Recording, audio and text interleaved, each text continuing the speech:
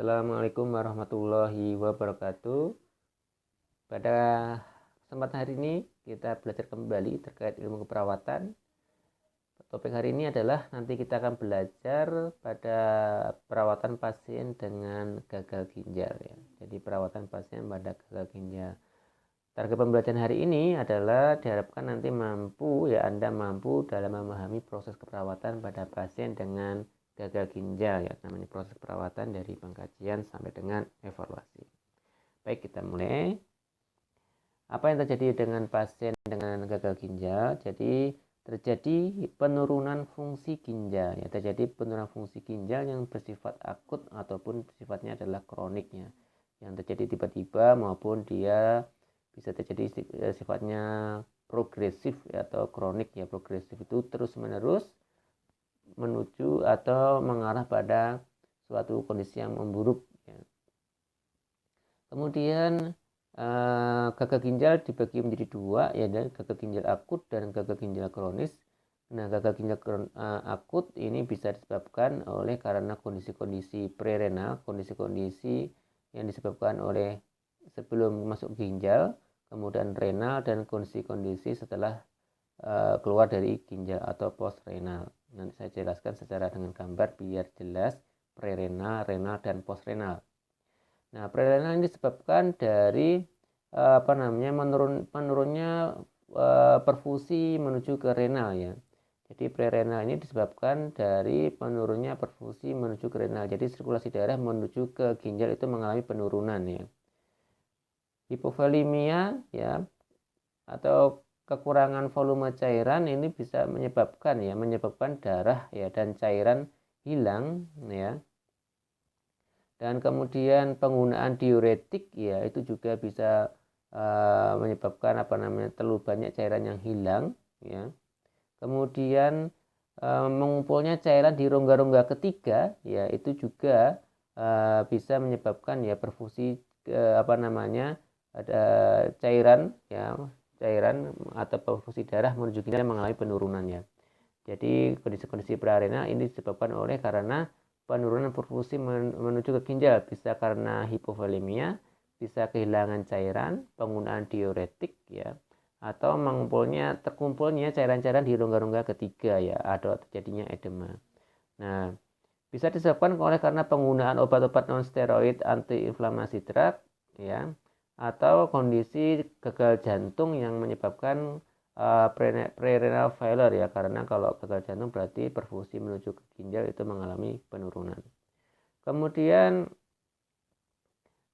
perawatan pada pasien gagal ginjal akut ya, pada umumnya berdampak pada akut tubular nekrosis ya. Jadi penyakit ginjal akut ini secara akut biasanya banyak terjadi, menghasilkan atau berdampak pada kematian jaringan tubular yang secara akut ya. Kemudian terjadi reaksi deregulasi, kemudian bisa disebabkan oleh kondisi-kondisi alergik ya, interstitial nephritis. Nah, ini adalah kondisi-kondisi yang terjadi kondisi renal ya. Jadi penyebab gagal ginjal yang disebabkan karena ginjalnya mengalami bermasalah ya. Ya, bisa pyeonefritis, glomerulonefritis ya. Ini akan bisa menyebabkan adanya gagal ginjal. Kemudian kondisi-kondisi gagal ginjal yang disebabkan oleh karena postrenal, kondisi-kondisi postrenal ya. Misalkan di sini adalah sumbatan dari sistem urinary ya, bisa oleh karena batu atau apapun di sana. Kemudian sumbatan dari kandung kemih, batu, prostat ya, intinya adalah kondisi-kondisi setelah dari ginjal itu bisa menyebabkan adanya gagal ginjal. Nah, jika chronic renal failure ini sifatnya ya, tadi kan ada akut renal failure ya, atau gagal ginjal akut. Kalau gagal ginjal kronik itu bersifat irreversibel ya, penyakit irreversibel, dan tidak dapat kembali seperti semula ya ginjalnya. Kalau sudah rusak ya sudah rusak dan tidak bisa kembali seperti semula. Sehingga hal ini akan menyebabkan kerusakan dari ginjal itu sendiri. Nah, penyebab-penyebab utama yang menyebabkan ya gagal ginjal kronik adalah kondisi-kondisi diabetes mellitus, hipertensi, glomerulonefritis, ya HIV/AIDS, ya polikistik kidney disease, penyakit ginjal polikistik, atau nefropati iskemik pada nefron-nefron yang ada di ginjal. Bisa Anda lihat di situ adalah ada 3 penyebab dari gagal ginjal, yaitu prerenal, kemudian renal atau intristik, kemudian postrenal. Jadi tadi saya katakan bahwa prerenal adalah satu kondisi di mana hal-hal yang menyebabkan gagal ginjal karena memang kondisinya adalah akibat dari aliran darah yang menuju ginjal mengalami penurunan. Bisa karena hipovolemik, bisa karena kehilangan banyak darah, atau kondisi-kondisi yang lainnya. Kemudian kondisi penyebab yang kedua adalah renal, ya memang dari fungsi atau gangguan pada organ-organ ginjal itu sendiri, ya bisa karena jadi penyakit polikistik, kemudian nefritis, glomerulonefritis. Ya, nefritis itu adalah peradangan pada nefron-nefron.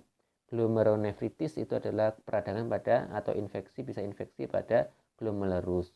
Kemudian penyebab yang ketiga adalah kondisi-kondisi pada postrenal, ya setelah dari ginjal, yaitu postrenal, bisa disebabkan oleh sumbatan-sumbatan pada sistem perkemihan, ya sumbatan pada ureter, sumbatan pada kemih, kemudian sumbatan di uretra karena misalkan ada pembesaran prostat, ya sehingga aliran dari urin itu tidak keluar melalui alat sistem urinary, sehingga urin itu kembali merendam dari ginjal itu sendiri, ya sehingga karena urin tidak keluar dari tubuh karena adanya sumbatan.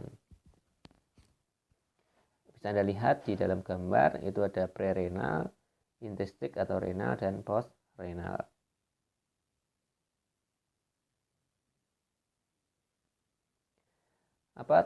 Kemudian kita lakukan apa sih tanda gejalanya muncul, yaitu terjadi azutemia.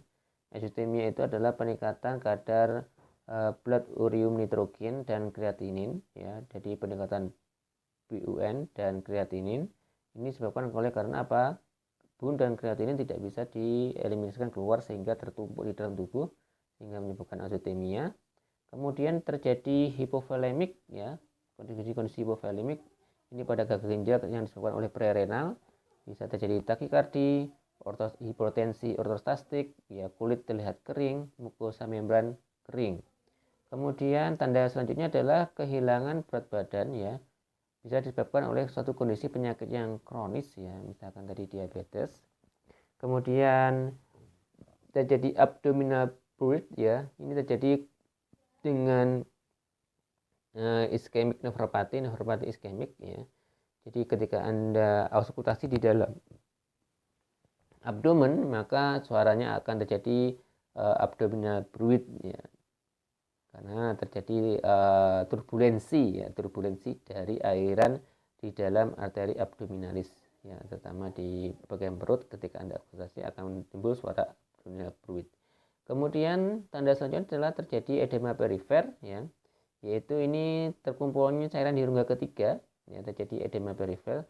Edema perifer ini terjadi ketika tubuh dari pasien dengan ginjal kronis atau akut terlalu banyak kehilangan dari albumin, ya melewati dari sistem perkemihan, ya yang normalnya albumin itu tidak boleh keluar atau protein-protein itu tidak boleh keluar dari filtrasi dari ginjal, ya sebenarnya kalau ginjal normal itu tidak boleh, ya protein keluar melalui urin.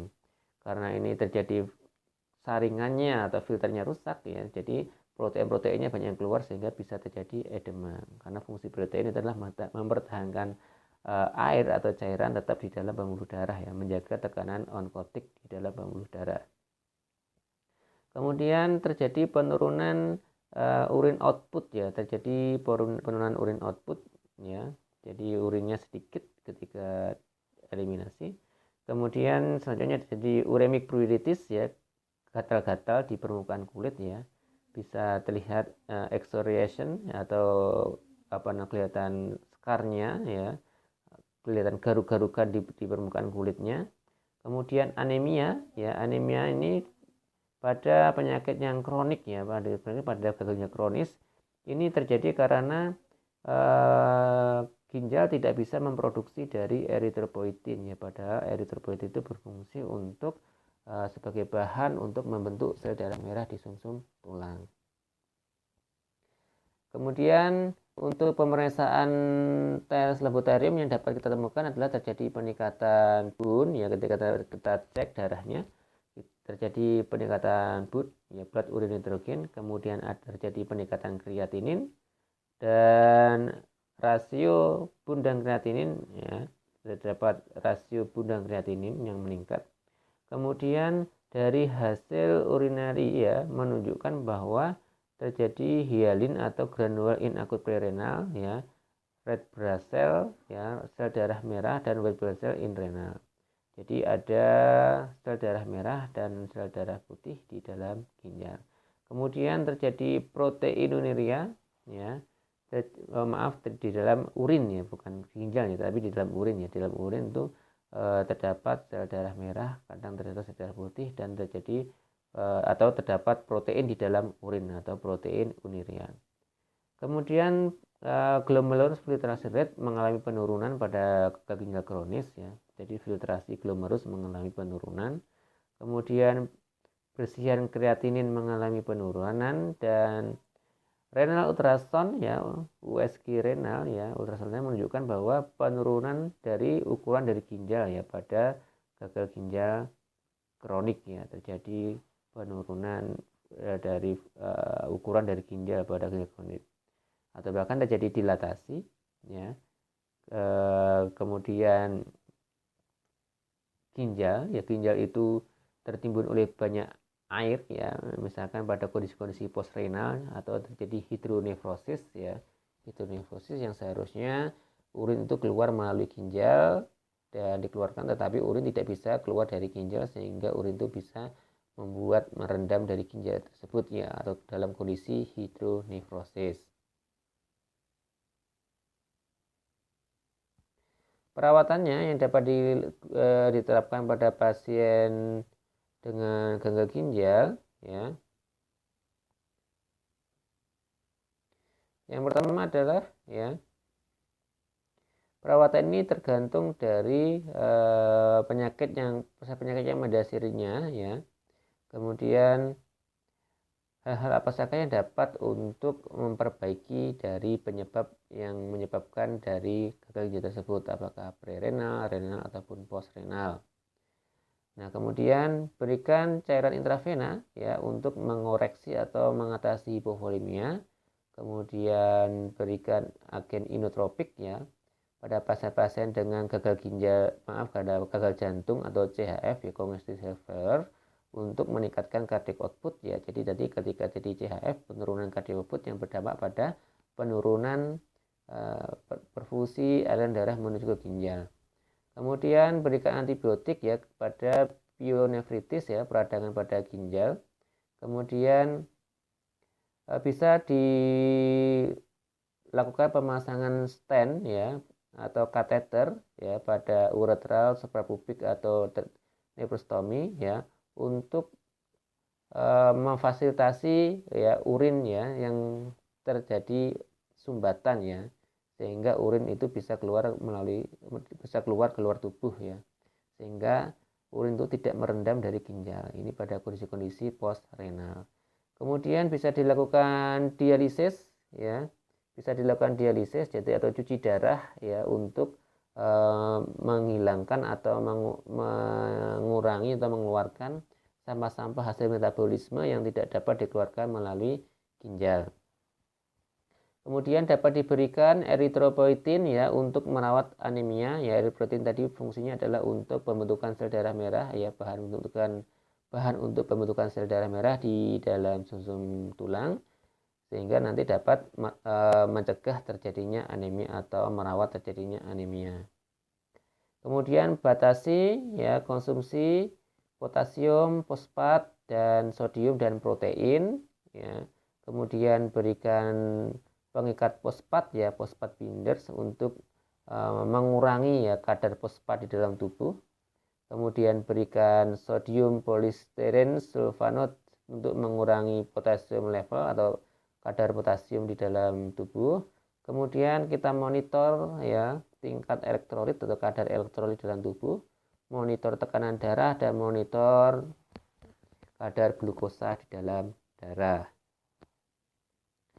Selanjutnya, ya setelah kita kaji dari tanda gejala kemudian hasil temuan dalam laboratorium, maka diagnosa keperawatan yang dapat kita tegakkan adalah yang pertama gangguan eliminasi urin, yang kedua adalah ketidakaktifan perfusi jaringan renal, kemudian ketakutan atau fear atau takut ya, karena mungkin kalau pada kondisi sudah akut kemudian belum pernah mengalami kejadian sebelumnya dan harus dicuci darah, maka kemungkinan mayoritas pasien mengalami ketakutan apakah penyakit saya ini akan sembuh atau tidak, atau terus-menerus menggunakan cuci darah atau hemodialisa.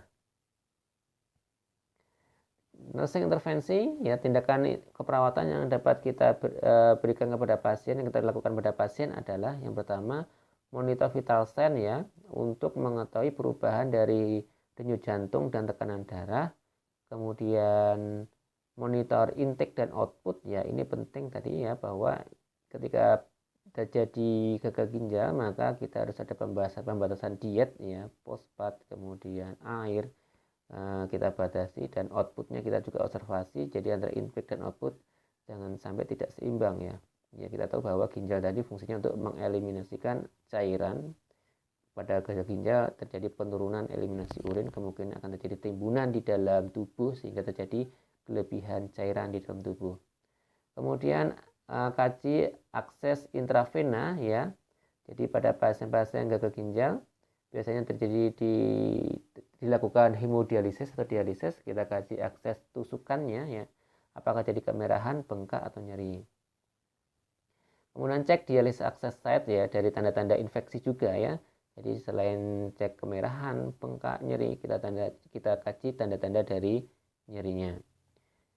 Kemudian kita cek avesan ya. Avesan itu adalah suatu sarana atau tempat yang digunakan untuk akses pencuci darah ya. Jadi jarum yang dimasukkan ke dalam avesan atau arteri venusan ya. Kita cek adanya trail ya, kita palpasi turbulensi ya, aliran kecepatan aliran di dalam avesan tersebut ya, secara tepat ya, kita merasakan ada aliran tersebut. Kemudian jangan lakukan pemeriksaan kontras ya, karena akan memperburuk kondisi ginjal. Kontras itu seperti pemeriksaan diagnostik yang pemberian zat kontras di dalam tubuh untuk pemeriksaan misalkan ronsen, pemeriksaan yang lain ya, yang membutuhkan zat kontrasnya, itu tidak diperkenankan. Kemudian kita tidak menggunakan obat-obatan yang sifatnya nefrotoksik ya, obat-obatan yang dapat memang lebih memperparah kondisi ginjal ya. Kemudian monitor pasien secara ketat. Nah, ini hal-hal yang harus kita lakukan kepada pasien-pasien dengan gagal ginjal kronis, terutama selama perawatan di rumah sakit ataupun perawatan di unit hemodialisa. Baik, terima kasih semuanya, semoga bermanfaat. Assalamualaikum warahmatullahi wabarakatuh. Jika ada pertanyaan, kita ajukan ke diskusi di dalam grup